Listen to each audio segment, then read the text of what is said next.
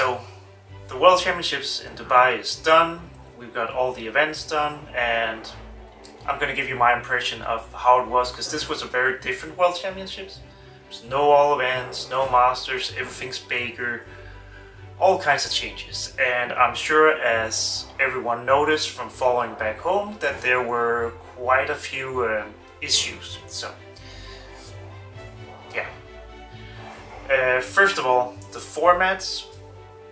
I think there's potential in the formats. The Baker is definitely a nice way of taking the individual element out of it and making it all about the team. So I like that part if you're trying to do a team championship. So that's good. I like the fact that they're taking more teams onto the next round. Meaning that instead of it being 4 teams out of 100 or 50 or whatever, making it to the middle rounds, it's 32 or 16 or whatever number that makes the cut. It allows the good teams to have a little bit of an off day, still make the cut, still have a chance at middling, but it also allows some of the lower ranked teams, some of the up and coming teams, to get the experience of making a cut, making it to match play, getting that experience where normally maybe they would finish 10th and be really glad about it, but now they actually get to bowl a little more by finishing 10th. So I like that part. The issues were that there's a lot of things where it seemed like they were trying to do something to change it, but where you could kind of feel that it was people outside of bowling that were making changes, which is fine. I don't have an issue with that. But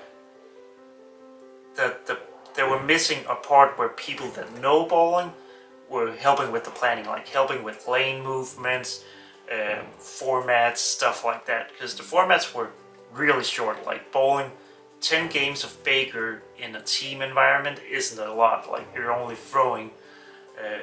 basically only throwing 18 or 20 shots or something like that. So that's a little short. The match play rounds, where it's 3 games, it needs to be more. There's too many ties. There's too few games to really decide anything. It becomes too random. You lose a game at the wrong time, then you're out, even though you might average 30 pins more than everyone else. And that's probably an issue if your goal is to find the best teams, the best players in the world at the World Championships. So the formats needs to be tweaked a little bit. The one thing I didn't really understand in all of this is when they went to Baker, but then they went to four people instead. Baker is perfect for 5-man team. So I think if they went to 5-man team and then let us bowl Baker, that would be a lot better, especially with how it worked, where you had one guy bowling 4 frames in a game and 3 guys bowling two frames. So if you have the wrong guy bowling 4 frames, your game is going to be really bad. If you have the right guy bowling four frames, you can make up for a lot of things, but it also becomes to the point where one guy is bowling a whole lot more than the other guys, and I don't really like that, where one guy becomes so much more important than the rest of the team. And so I think they can tweak that too. 5-man team would be a lot better, I feel.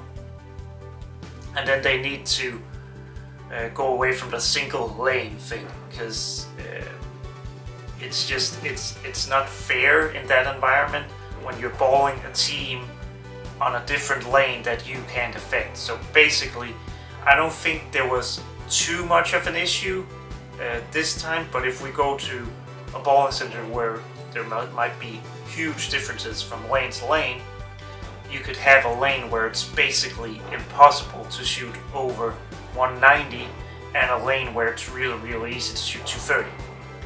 And those two teams are bowling each other. The team on the good lane is pretty much going to win every time, no matter what they do to the lanes in practice. So I don't like that part. I think that needs to be tweaked too, but there is some potential in this. I think they need to take out the individual part of it completely if they want to make it bigger, so no singles, keep that for a different championship or whatever. So it's all team, like doubles, trios, team, whatever, however you want to put it. And then I think it can work with some tweaks to the number of games with ball, the formats, the number of players, stuff like that. The whole setup with the outdoor lanes and the TV finals and everything was really cool. I think that was a great idea. I think it looked really good on the stream, on TV.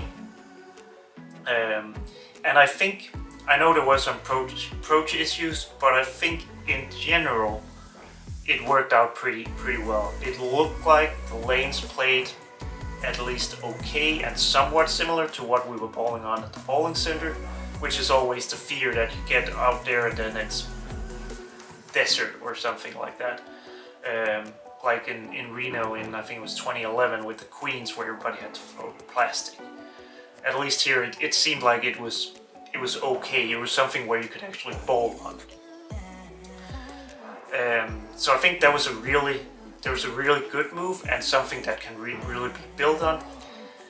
The thing that kind of didn't work was that I feel like this was supposed to bring us out into the Dubai Expo.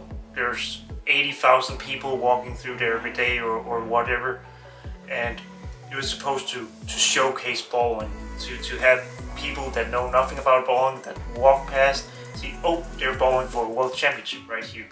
And that didn't really happen. The lane was set up behind the football court, behind different things, so you couldn't really see it. You had to go all the way into an exhibition, go behind to get to the bowling lanes. So unless you knew they were there, you didn't see them, which was kind of unfortunate. And then there's probably only room for about 100 people, which meant that everyone that was there, everyone that was in the stands rooting the players on, were bowlers. So there wasn't room, it wasn't possible for anyone that didn't know anything about bowling to see that it was there.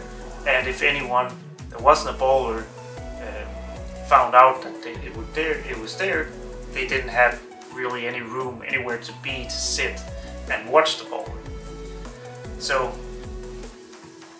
again, it was a really good idea, really good concept, and it feels like they got 80% of the way. And that's kind of how this whole championship felt. They were trying to do a lot of things, but they only got 80% of the way. And I'm not quite sure why that is, because I know a lot of the people around the championships and the people running it are great. They know what they're doing, they know how to run tournaments. Kirk and Mary van Kruger are awesome and they know what they're doing, and it just seemed like everything was set up, I won't say set up to fail, but set up not well enough. Like, it felt like everything was rushed and just wasn't ready for when we got there. And I think that's the experience that people back home got too, because the scoring didn't work, the live stream didn't work. I will say the live stream, when they got it up and running, was awesome. The ability to see all lanes, go back and see highlights, see replays, that's really awesome. That's really good. It's just a shame that it didn't work better and didn't work at the beginning of the championships. But I think that's gonna be, if they can do that at every championship or at every tournament, that's gonna be really awesome. So that's a good thing for IBF. I think that's a really good step in the right direction. But yeah, it was a little chaotic. For us too, the schedule wasn't the greatest. But that's, again, it seemed like they were trying to do things and they just needed someone with, they just needed some more people to look it over and help them get it planned better. I think that's basically what it felt like. But it is what it is. As I said, the schedule wasn't great. Like, I think I had 3 or 4 days in a row where I had to bowl at 8 a.m. in the morning. Bus leaves at 6:30, so that's quite early, which normally you wouldn't get. Normally we would start later, first of all, and then you would bowl early one day, then we would bowl late the next day, so we would kind of switch back and forth, but they couldn't do it here because they had doubles, singles, doubles, so you kind of could get stuck that way, which isn't optimal for your performance, but it is what it is. We made it work, and then they had the TV finals. When they did them, they ran overtime. I know when they did the team or the trio finals, Team USA won and didn't get back to the hotel until 1:40 because they had to get everything done, medal ceremony. Then it took about an hour to get from the Expo to the hotel. So they've been bowling all morning, getting out to the Expo, getting set up, bowling all evening, and then get back to the hotel at 1:40, get to bed at what, 2:30 or something probably, and then they had to bowl they had to bowl team match play at 8 in the morning next day. So they only got, realistically, probably only got like 3 max 4 hours of sleep, which is definitely, when something like that happens, you're planning without taking the athletes into consideration. And I think it showed, because the teams that made the trios finals didn't do very well in the team finals. And when you only get 3 or 4 hours of sleep, that makes sense. You're tired, you're not going to perform your best. So it's unfortunate, but hopefully the IBF will learn from it. I think there's a lot of positives with the changes they're making, but they need to do a lot better in the planning and the execution of it. But we're hopeful for what the future brings. Hopefully this the changes they're making will help us get more sponsors, more money in, and more promotion of bowling, and maybe get us to the Olympics. So we'll see. I'm hoping, crossing my fingers, that it's something that will work, because it might not be, some of the changes might not be for the better of the athletes, so to speak. Like, it might not be shorter formats, and in general, we as bowlers want more games, so there's less randomness that can happen, so we figure out who are really the best teams. And they're doing it a little bit the opposite, to make it more action-packed, more TV friendly, and I'm okay with that if it works. If it doesn't, then yeah. But as for the championship as a bowler on the lanes, it was also quite different, because when we got there and we practiced, lanes hooked a ton. Like, no way I would have guessed it was 44 feet. And I said to my coach that I know which 5 balls I'm bringing. I'm bringing my 5 shiny balls, because I felt like I could use, on the fresh, I was probably gonna use a dark coat that I had just grazed the surface with a little bit, or the RST X2, which was out of the box shiny, and they looked great on the fresh. So I didn't see how, and every ball I had with a little bit of surface on, or earlier cover stuff or something, wouldn't hit, like it would just roll out. So I ended up deciding on bringing the reality, just because I knew I could polish that and it would still roll well, and just in case I needed something that was earlier. So when we got to singles and doubles, I shined up the reality, and it was still way too early, and just bled out and had no energy when it got to the pins. So I went with the shiny balls, and it got a little bit cleaner, a little tighter, so I had to put just a little touch of surface on the shiny balls.